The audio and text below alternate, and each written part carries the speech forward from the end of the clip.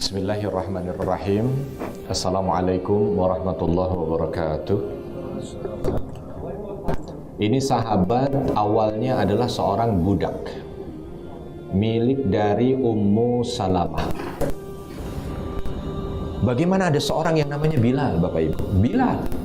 Masyhur kisah ini, tapi saya mau ulang supaya nanti kita menjadi satu refleksi buat kita. Ketika Nabi SAW wafat, lalu beliau dimakamkan, masuk waktu sholat pertama, Bilal yang adzan. Allahu Akbar, biasa. Tapi begitu sampai kalimat asyhadu anna Muhammad, baru sampai ini nggak bisa keluar suara. Diulangi lagi, nggak bisa. Yang ada justru menangis. Mendengar kata Muhammad, menangis. Akhirnya izin kepada khalifah, nggak kuat saya kalau disuruh adzan lagi. Sampai di nama kekasihku aku harus sebut. Nggak kuat. Nggak bisa keluar suara dan mata nggak bisa menahan airnya. Maka oleh Khalifah Abu Bakar kala itu diberikan izin untuk tidak adzan lagi. Tapi ternyata nggak selesai sampai di situ. Kenapa? Karena ketika melihat sudut rumah Nabi, melihat pintu bilik Rasul, melihat tempat di mana dulu pernah berdua dengan Rasul, melihat tempat di mana pernah berjalan dengan Rasul, melihat mimbar Rasul, nangis. Akhirnya izin kepada Khalifah Abu Bakar, sepertinya untuk menata hati, aku harus pergi dulu dari sini. Izinkan untuk pergi ke Syam. Para sahabat itu Bapak Ibu, selama Nabi hidup tidak ada yang pernah pergi dari sana. Nanti kita akan cerita, tapi ini cerita Bilal dulu. Maka Bilal pergilah menuju ke Syam.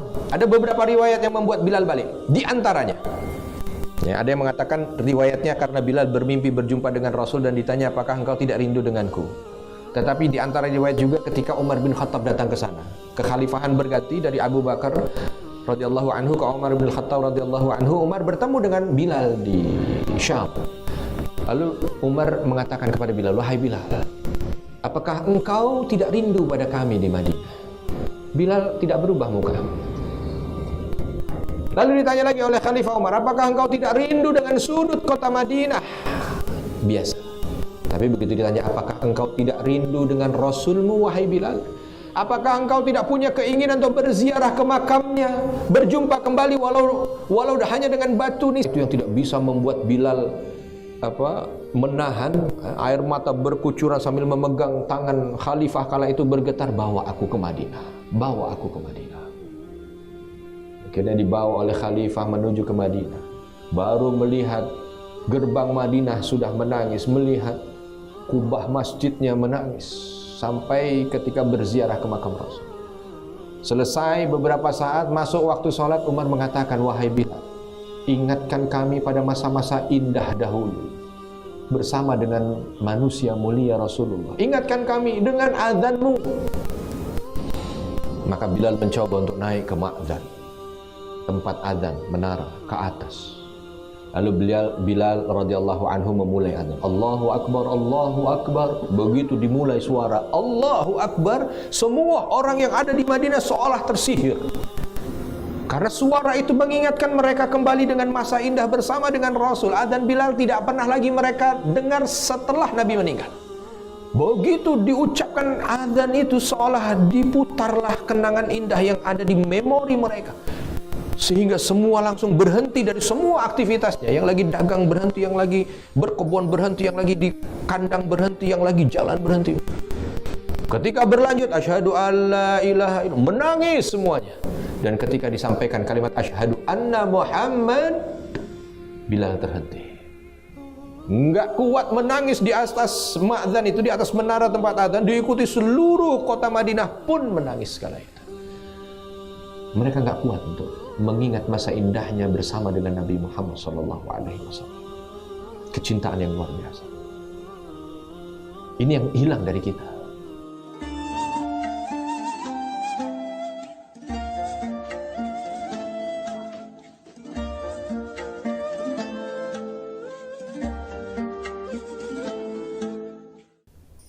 Makanya ada kisah bagaimana di antara yang sering membantu Nabi SAW, seorang sahabat yang sering membantu Nabi SAW. Satu ketika Nabi mengutus beliau untuk pergi ke satu tempat, menjadi utusan Nabi.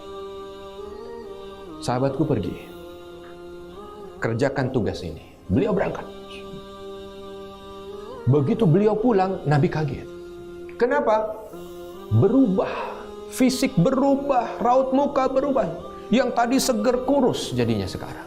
Yang tadi dikenal oleh Nabi wajahnya itu senantiasa ceria, sekarang agak sedikit murung. Pokoknya berubah. Lalu ditanya oleh Rasul, kenapa? Apa yang membuatmu berubah? Apa kau sakit di sana? Apa kau? Sahabat ini hanya memegang Rasul Shallallahu Alaihi Wasallam dan mengatakan, ya Rasul, sudah cukup Rasul. Jangan suruh aku pergi jauh darimu. Sesuatu yang paling membuat aku tersiksa dalam hidup ini ketika aku jauh darimu. Maka biarkan dari detik ini sampai nanti kita terpisah dengan maut, biarkan aku bersamamu. Subhanallah, luar biasa. Bahkan ada seorang bernama Zaid yang kala itu ditangkap oleh orang-orang kafir Quraisy. Ditangkap oleh orang kafir Quraisy. Orang kafir Quraisy nyiksa sampai dalam beberapa riwayat mata beliau bonyok, dipukuli, udah nggak bisa ngapa-ngapa. Lalu datanglah seorang petinggi Quraisy. Ada yang mengatakan ini Abu Jahal nih yang datang. Ditanya, wahai Zaid,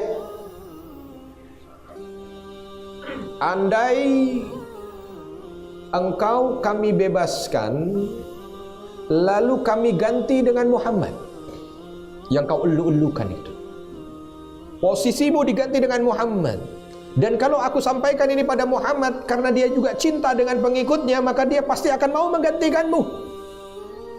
Kamu udah teler begini, mau nggak kamu saya ganti? Yang tadinya udah nggak bisa bergerak, tiba-tiba mendengar kalimat itu tegak berdiri sambil mata sebelahnya sudah tidak bisa melihat. Apa yang beliau katakan? Demi Allah, jangankan beliau menggantikan posisiku di sini. Aku kalau mendengar Nabi di rumah beliau terselip duri kecil di kaki beliau saja, aku tidak rela. Lebih baik aku membayarnya dengan nyawaku. Maka kalau engkau harus mengambil kedua mataku ini, kau congkel sekarang, itu lebih bahagia bagiku dibanding aku harus mendengar nabiku terkena duri di kakinya. Sampai Abu Jahal mengatakan, tidak pernah aku jumpa orang yang kecintaan kepada orang yang diikutinya melebihi orang-orang ini. Ini yang menjadi sebab bagaimana masa itu menjadi masa yang luar biasa maju untuk kaum muslimin. Kenapa? Itu tadi masalah. Khalid bin Walid dalam sebuah kesempatan selesai dari perang Yarmuk kala itu. Selesai dari perang Yarmuk, Khalid ini selesai. Kalau dulu perang itu matahari tenggelam selesai, Pak. Besok lanjut lagi kalau belum selesai. Tapi kalau sudah selesai. Dalam satu kesempatan beliau saat itu masih menjadi khalifah, belum digantikan dengan Abu Ubaidah bin Jarrah. Pulang, begitu pulang mau biasa mendekati tenda pasukan ya, mau melepas baju zirahnya, tiba-tiba dipakai lagi, dan tiba-tiba langsung naik kudanya lagi, memacu kudanya. Ini kan jenderal dia, panglima, maka ada pengawal prajurit di sebelahnya. Begitu melihat panglimanya pergi lagi naik lagi, ini semua ngikutin Khalid di belakangnya. Mau kemana itu? Mau kemana panglima? Kurang diikuti, ternyata menuju ke Medan Yarmuk lagi. Menuju ke Medan Yarmuk. Mau sampai di Medan Yarmuk yang sudah gelap itu, diputari Medan Yarmuk. Pengawal-pengawalnya tanya, wahai panglima, apa yang kau cari? Mungkin kami bisa bantu. Apa pedangmu jatuh? Apa baju zirahmu ada yang tertinggal? Apa tamengmu atau tombakmu yang hilang? Enggak, digubris, muter aja. Ditanya terus sampai akhirnya Khalid berhenti dan mengatakan, wahai prajurit, kalau cuman pedang yang hilang aku bisa buat lagi. Kalau tameng aku bisa beli. Kalau baju zirah aku bisa pesan. Tapi ini yang jauh lebih berharga dari itu.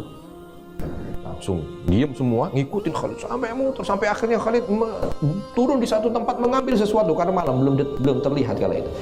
Diciumnya sesuatu itu lalu diletakkan di dada, lalu pergi menuju ke kemah. Prajurit ini mau ikut sampai. Begitu sampai di depan pintu kemahnya itu, Khalid berhenti dan menyampaikan kepada yang mengikuti pengawalnya, tahu apa yang aku cari tadi? Tidak. Ini ditunjukkan. Ini adalah potongan rambut Nabi Sallallahu Alaihi Wasallam yang kala itu aku beruntung di saat Nabi sedang memotong rambutnya, aku ada di sebelahnya dan aku mendapatkan hadiah ini dari beliau. Khalid tidak lama berjumpa dengan Nabi karena masuk Islamnya agak belakangan. Jadi seolah masa beliau dengan Nabi itu sangat singkat sekali, tetapi singkatnya itu menumbuhkan kecintaan yang luar biasa. Jadi Khalid merasa bahwa beliau tidak lama, tidak seperti Abu Bakar, tidak seperti Umar, tidak seperti Utsman yang sudah dari awal bersama dengan Nabi. Beliau tidak, hanya sisa 2 tahun dari hidup Nabi beliau bersama dengan Nabi. Maka seolah yang kurang itu diwakili dengan potongan rambut Nabi yang bersama dengan beliau. Dan beliau mengatakan, ini jauh lebih berharga dari apapun. Karena walau aku sangat sebentar bersama dengan Rasul, tetapi alhamdulillah dengan rambutnya ini seolah aku akan senantiasa bersama dengannya. Khalid Ibnul Walid radhiyallahu anhu bukan menjadikan rambut Nabi sebagai jimat, tidak. Beliau paling paham dan beliau paling tahu tentang apa arti syirik. Tidak mungkin.